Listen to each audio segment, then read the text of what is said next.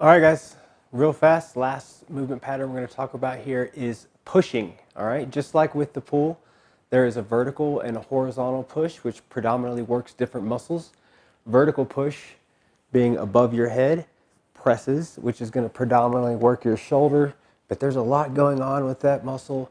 And then you have your horizontal push, which is mainly going to work your chest. Think push up, think chest press there. Just like with the pull series, it is important to pay attention to what kind of sequencing you're doing when you're doing this muscle. What I don't want to do, I kind of say it, I said your arms are weak.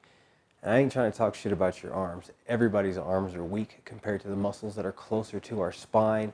In this case, my shoulders and my chest, my lats, all these muscles that I can use whenever I push are going to be a lot stronger than any of the muscles on my extremities. So we want to make sure that we feel the tension as we load into these different muscle groups. We feel the tension in the right space, and we start with those muscles first, the big muscles, and then finish off with the little ones. Right into it. We'll just talk about a chest press, and I'm just going to walk through with you a few things that I want you to feel whenever you're doing this. And that's it. There's not a whole lot to it.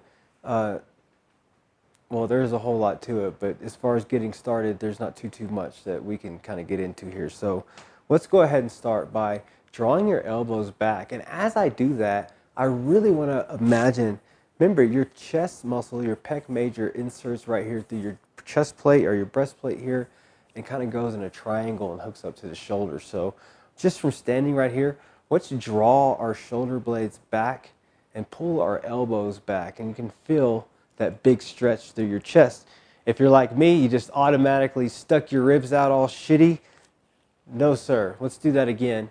Hips forward, back, find the distance. Now I'm going to make sure and not move my spine and my ribs.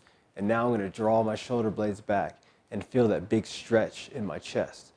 So it's not too much. You know, honestly, when I'm here and when I'm loading into any of these push movements, I want to be mindful about the big muscle groups that are loading as I pull back into the movement, and I want to keep my mind and my focus there as I'm moving. So when I come here, I want to be very mindful about my shoulder blades being squeezed all the way together and the big stretch through my chest. And the first thing that I want to do is I want to use my chest muscles and shorten those guys to push that weight or whatever load that I'm doing forward.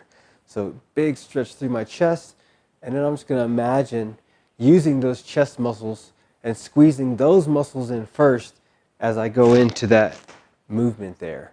And that's going to be really the root of everything that we do here, is that we are initiating movement and using the big muscles that are in the center of our body versus using our arms, which are absolutely going to be used when we're doing these movements, but we want to make sure that I'm focusing and I'm paying attention to the muscles that I want to do the movement, which are the big main movers of the exercise.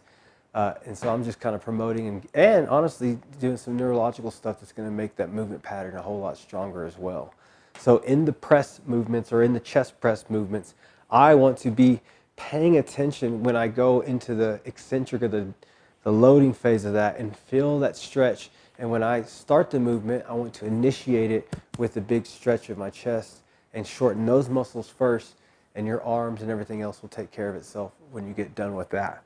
Now let's talk about a vertical press, and I'm actually going to talk a little bit about something that people maybe don't talk too much about, which is your lats in a vertical press. I'm going to grab this kettlebell right here, and the big thing is how much your lats can help you when you are pressing. I know this is a press movement, and your main mover should be predominantly your shoulder.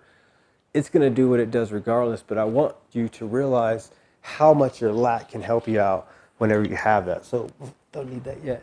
I want you to put your elbow close to your body here, and I want you just to turn in your elbow. If you turn in your elbow, that internal rotation of the humerus right here, this bone right here in your shoulder should make it to where you feel your lat engage.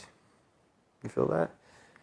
That's what I want to talk about as we're doing our press, because I want to be kind of cranked in here as I'm pressing and really kind of elevating and using my lat here to support me as I get into that press. Once my elbow gets about right here, the lat's not really able to help me anymore, but it's a big deal as far as helping me with the beginning of the movement. as well as decelerating the movement on the way down. So shoulders, thinking with that, I'm thinking to move with my elbow, not press with my hand. I'm gonna pick this guy back up. So I'm right here like this, elbows cranked. I'm just gonna think to drive kind of up and over, finish with my arm. And here's the other important part I wanna talk about is when I start to come down, I'm gonna turn my arm in.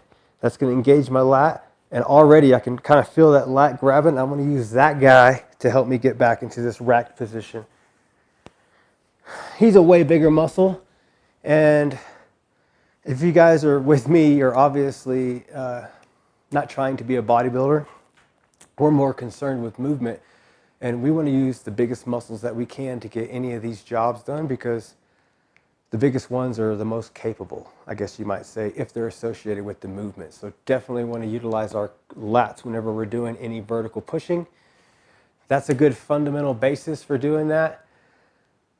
Press up, make sure your lats loaded, and think about the muscles in the center. Proximal movement is what you'll hear me call it later on, just like we do with when we're pulling. That is the push, and that should cover it. I'm going to talk more about these when I go through our little few workout videos that we do together, but stay tuned. We're going to do our cool down video next, and you have a good